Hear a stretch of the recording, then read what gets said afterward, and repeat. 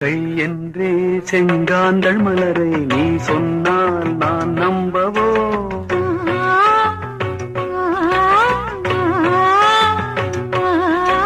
கால் என்றே செவ்வாழை இணைகளை நீ சொன்னால் நான் நம்பிவிடவோ?